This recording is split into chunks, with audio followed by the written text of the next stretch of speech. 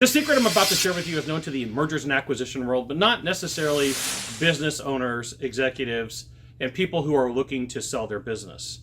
What is it and why does it matter? This is a fantastic question. I'm Scott Sylvan Bell, coming to you live from Consulting Secrets on a perfect day to talk about sales and business and a fantastic day to talk about you. I'm coming to you live from Sacramento. All right, so when you take a look at the traditional process that goes through mergers and acquisitions, one of the things that you're going to find is there's timing involved. There's timing for the multiples, because they're going to change. They're going to be up and down with the market. They're going to be different depending upon the product or services being sold or the company is being sold. And then it's also going to be based upon time. So if we're going to start at the beginning of the year, for most companies, the beginning of the year starts somewhere around January 5th to January 7th because Christmas break is over. And then as you move forward through the year, most people start taking time off sometime around the middle of November, just before Thanksgiving. So there's a push at the end of the fourth quarter or the middle of the fourth quarter to get stuff done, because traditionally deals aren't always completed. Does it mean that it's 100%? No, because there's deals that close towards the end of the year for tax purposes or to end the year off right. But if you're a business owner, this comes down to your timing. And so there are times for you to sell for the biggest multiple or the biggest profit that you can. And one of them comes down to your trailing 12 months.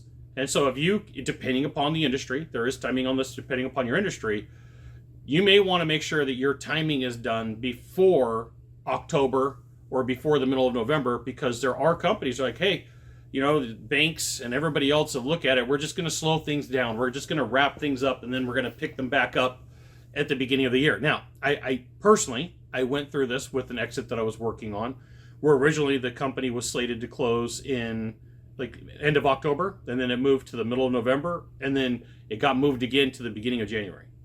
And so if you're sitting here thinking, hey, I'm going to be out of my business, I'm going to be done, and I don't have to worry about things anymore, one of the things that you have to plan for and you should take a look at is looking for that ideal month for you to close. And that may be, depending upon the service, that may be beginning of summer. Depending upon your service, that may be the end of summer. And this is why it really does help to have somebody walk you through the process of what does it take for you to exit your business for the biggest multiple or the best multiple. Now, here's the thing. If that's you and you want some help with the exit strategies and you know that you're 2-3 years out and you want some general consulting on this, you should absolutely reach out to the Deal Hotline, 888-DEAL-919, 888-DEAL-919. Call that number and talk to one of the members of my team, and we'll get back to you, see how we can work together.